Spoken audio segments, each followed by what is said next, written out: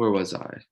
All right, so while sonar as a system is primarily used to navigate, radar is used to detect.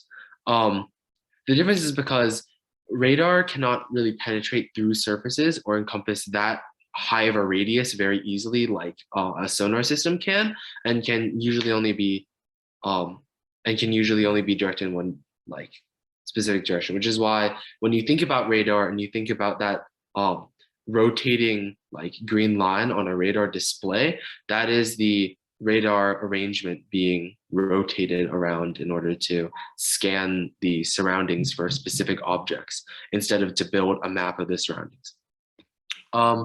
As a method of detection, radar relies on waves on the electromagnetic spectrum instead of sound waves. It does this using waves in the radio wave range of wavelengths and microwave range of wavelengths. These differ from other types of waves precisely because of their frequencies and their wavelengths.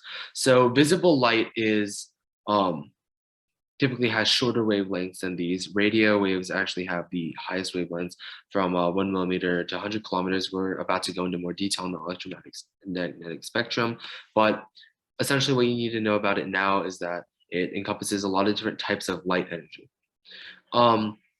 Radar works by transmitting and receiving generally radio waves with different kinds of antenna. So radar, as the acronym might suggest, primarily just uses radio waves, but it can sometimes use microwaves. Microwaves have shorter wavelengths and higher frequencies than radio waves. Radar reflects and bounces these waves off of distant objects, just like sonar does with sound waves. If you'll recall anything I just said about the electromagnetic spectrum, you'll understand that light travels much faster than sound. Because of this, radar can be a much faster and more efficient method of detecting objects, which leads to its primary purpose. Radar can measure distance, which is known as ranging, something that sonar can also do, but radar can do it much quicker. It can easily and very quickly measure the distance of an object in the air away from it with incredible accuracy with modern technology.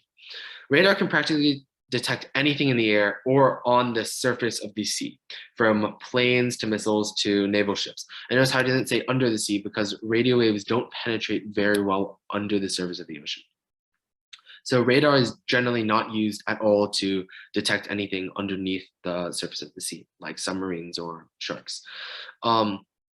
Radar can also assist astronomy because it does even more than just go into the air. It goes past the atmosphere and penetrates into space and can help astronomers at organizations like NASA understand where asteroids are, measure the surfaces and distances of planetary objects, all sorts of things, because of the speed of light. That's generally not something that would be very effective with the use of sound.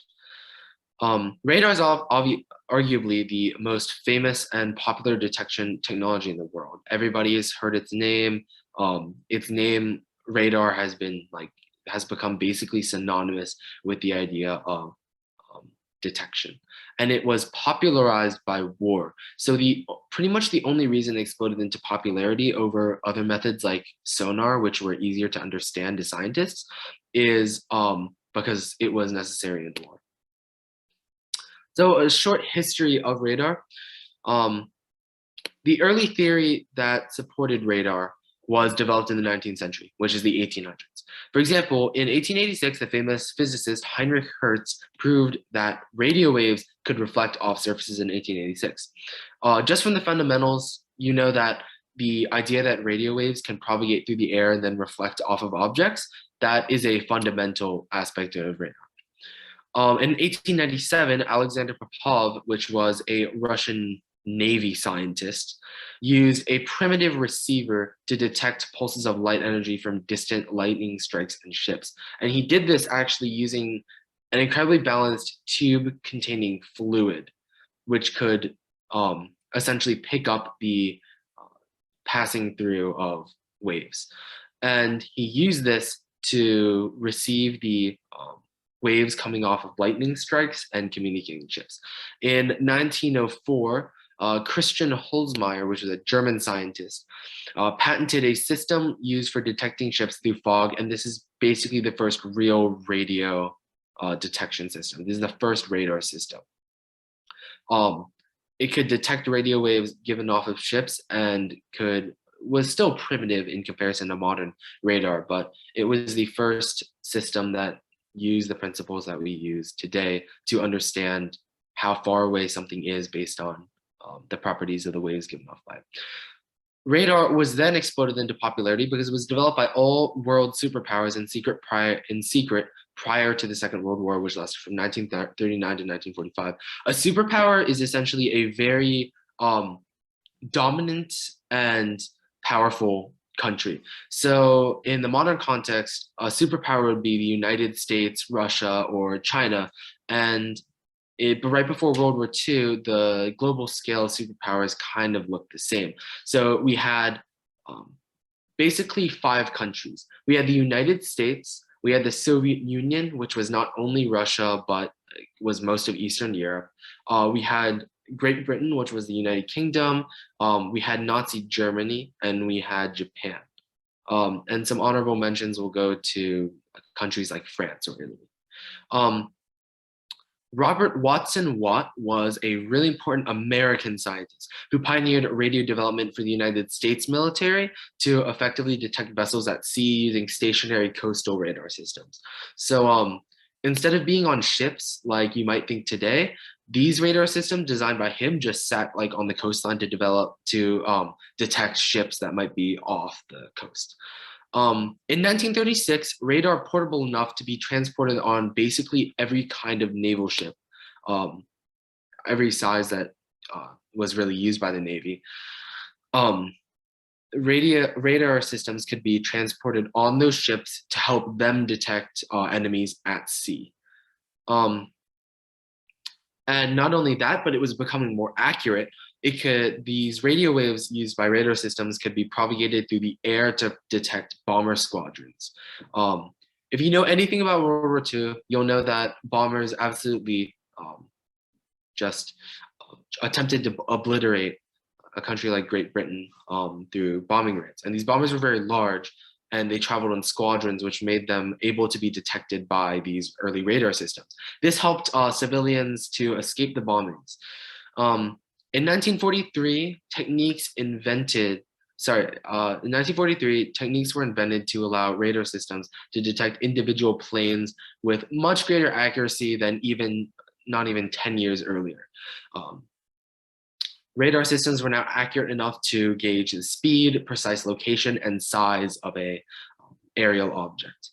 And during World War II, radar systems were gradually developed and experimented with to transport on planes. So you'll notice the trend of radar getting smaller and more accurate, which kind of describes technology in general, but with radar especially, after its potential was realized by the many industries of the world, it was developed to be a smaller, more efficient, and more precise instrument.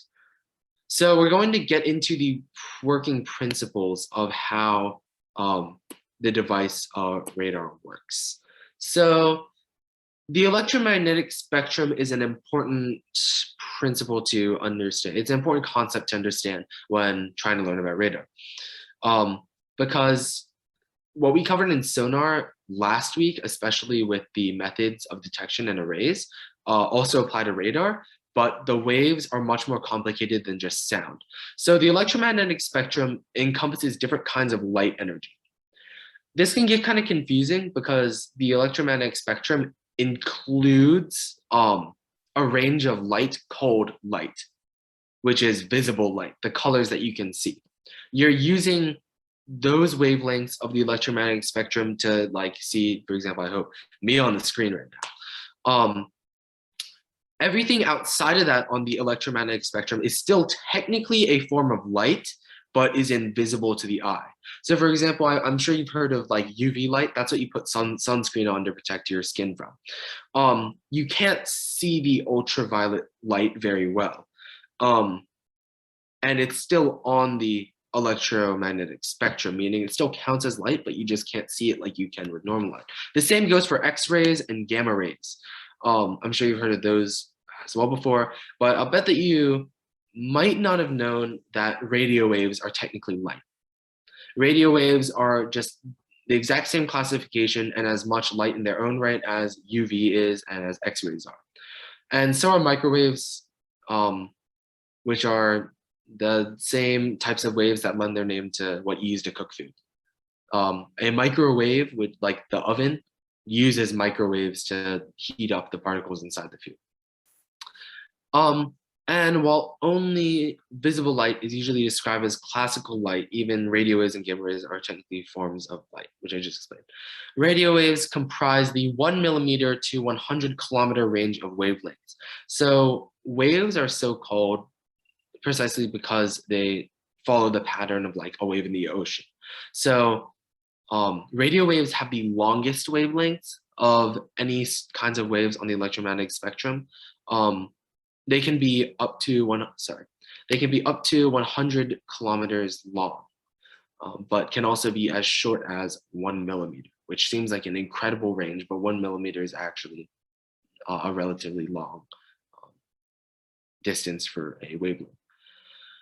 Microwaves range from 3 millimeters to 30 centimeters. And so you'll notice there's kind of an overlap, but the difference is because in the frequencies and other properties of the wave that define that it's a microwave, other than its wavelength crossing into the domain of radio waves. Electromagnetic spectrum waves can be used for a variety of purposes, like with detection and navigation with radio and microwaves. But a really interesting topic that I would recommend you look more into is what's called ionizing radiation. Does anyone here know what ionizing radiation is? As he doesn't know, ionizing radiation is like an incredibly powerful form of radiation, or an incredibly powerful, I would say, genre on the electromagnetic spectrum that is so powerful that it can separate atoms in molecules from each other. If any of you will ever take like chemistry, you'll understand what I'm talking about much better. But ionizing radiation is so called because it creates ions. And this can be really, really destructive to the human body, which, relies on things staying together. Radio waves and microwaves, luckily enough, are non-ionizing. Generally speaking, everything with a lower wavelength than visible light is non-ionizing, is ionizing. Everything with a higher wavelength is non-ionizing or safe. We'll learn about infrared light more in the next lesson, which is about LIDAR, which uses light waves instead of radio waves. So it's in the same class of using the electromagnetic spectrum, but it doesn't use radio waves. So we're going to be going into the two principles of radar transmission and then radar reception. So in radar transmission and reception, antenna are used. And it might not seem entirely obvious that antenna are used in the reception of the radio waves, but they are. Those dishes that you see on radar systems that go up into the air are actually just arrays used to completely capture any radio waves that might come back their way. And they can also help to concentrate it because of their semi-spherical shape. In radar transmission and reception both, actually both a transmitter, a receiver, and something called a processor are required in one unit for something to be a radar system. As we covered in last lesson though, a radar system can be spaced out. So a transmitter can be in one spot and a receiver can be in another. In radar transmission specifically, a transmitting antenna produces electromagnetic waves in the micro or radio spectrum. So like we discussed earlier, in these very long wavelengths of light, they are converted from electric energy and produced by the antenna and then focused out in a beam away from the radar system in whatever direction that you want to measure. So this is how radar systems can track planes, because they can continue to send pulses of radio waves at the plane to gauge its distance. As I said, a transducer is used to convert electric energy into light energy in the form of a radio wave.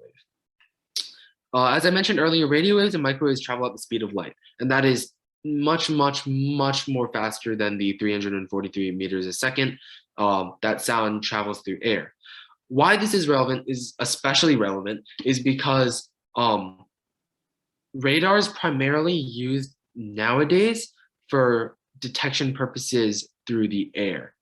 And so the use of radio waves, which are as fast as light, is just infinitely more efficient than only using sound waves.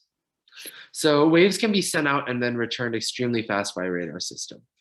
A radar system can project these waves from the central antenna, which is the long spike in the center of the disk. And these waves can vary in frequencies to accomplish different tasks. So the reason why it's important that to understand that microwaves and radio waves can actually vary in their wavelengths is because depending on the task of a radar, whether it be scanning the area for planes, tracking one object that's moving really fast like a ballistic missile, or just scanning the horizon for ships, different frequencies can be used. Also, you might have heard of radar being used to measure weather. This is extremely important there because special frequencies will want to be used in order to measure things like clouds or rain. And radio reception and processing. A radar dish is a network of antennas designed to pick up reflected radio waves. The specific frequency of each and every radio wave that is received by the radar system is recorded and then synchronized the system. So in other words, a radar dish is going to be fine-tuned only to pick up and interpret the radio waves that were sent out from its central antenna. And the radar wave, after being reflected off of the distant object or body, gets intercepted by this network of antennae. The processor converts these radio waves into electric alternating currents. Alternating current is a sort of method of electric transmission, I would say, that dictates that as electricity travels through a wire or through a conductive object, its current will alternate from negative to positive instead of being statically positive or statically negative, and its energy overall decreasing. And why that's important is because that alternation, the speed of that alternation, can be measured by the processor and then converted to understand the properties of what it is that the radio wave bounced off of. The receiver extracts information carried by alternating currents, and the alternating antenna interprets these signals. So as the antenna rotates around, it will receive different signals from different areas and then can be used to process those signals into the properties of what it detected. And then computers can also aid in that process to build a display. Radar reception and processing is very similar to radio that's used for listening and communication. So just like when you turn on the car radio, or if you understand how like a classic old school radio works, those same antenna that are used for picking up the signal but by principle, they work the same as radar antenna, except while radio that you use for listening to audio, while those types of radios, quote unquote radios, will use the signals that they pick up and process them into sound, a radar system will process those signals into properties like distance, speed, and other things like density, like surface composition, any disturbances in the way. And here we will go into the broad applications of radar. So radar can first and foremost be used to monitor the weather. Precipitation and wind can both be measured through radio wave distortion reflection. So if you recall the last lesson on sonar, a similar technique is used to understand if oil or bubbles could be in the way of a sonar signal. Similarly, what's called a Doppler radar can be used to measure weather formations, which is what you see if you ever have seen a live action graph of weather patterns moving across. So I don't know about where you guys are, but in the Northeast right now, it's snowing, and this northeaster or winter storm, as it moves, radar systems can reflect their radio waves off of these cloud formations or pick up properties of those clouds in order to understand where they're moving and how fast they're moving. So radar is very widespreadly used for the military. Everything from ballistic missile defense and warning systems, aircraft detection, astronomical detection of asteroids, planets, celestial bodies, and objects in space. Those are all aerospace-related applications of radar. So space still counts virtually the same as detection in the air. And on that note, aircraft and satellites are both detected alike in using the same methods, which is really interesting, especially because we're venturing into space more and more as the human race as time goes on. A lot of countries are setting up similar space agencies to more extensively utilize satellites for their own ends. And so I think it's important that radar can effectively gauge satellites at that distance from the ground. So radar can also be used for the detection of naval ships at sea. That was one of its original purposes, and it can do it better than ever today from thousands of miles away.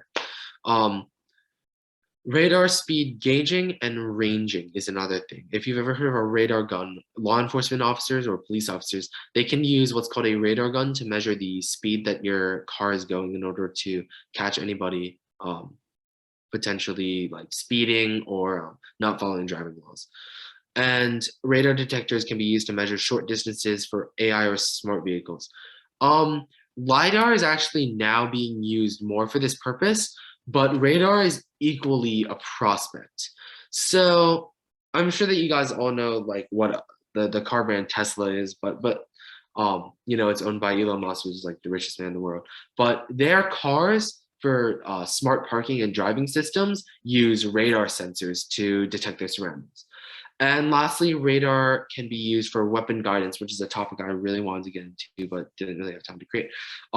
Weapon guidance is an application that radar can be used for that I find really interesting because it combines navigation and detection into one. So for a missile to be launched using radar guidance, the body that is being launched at must first be detected by an onboard radar system. So if a plane wants to fire a missile at another plane, it must first detect the other plane and then achieve what's called a radar lock, which is essentially a constant radar measurement of the body.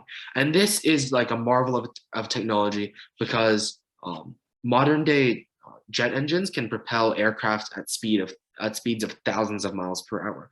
And super maneuverable fighter aircraft, which are just becoming increasingly more maneuverable, can they might seem incredibly hard to gauge with radar systems, but they can be. And radar guided missiles can use the technology of radar to understand where a target is and follow it until it makes contacts.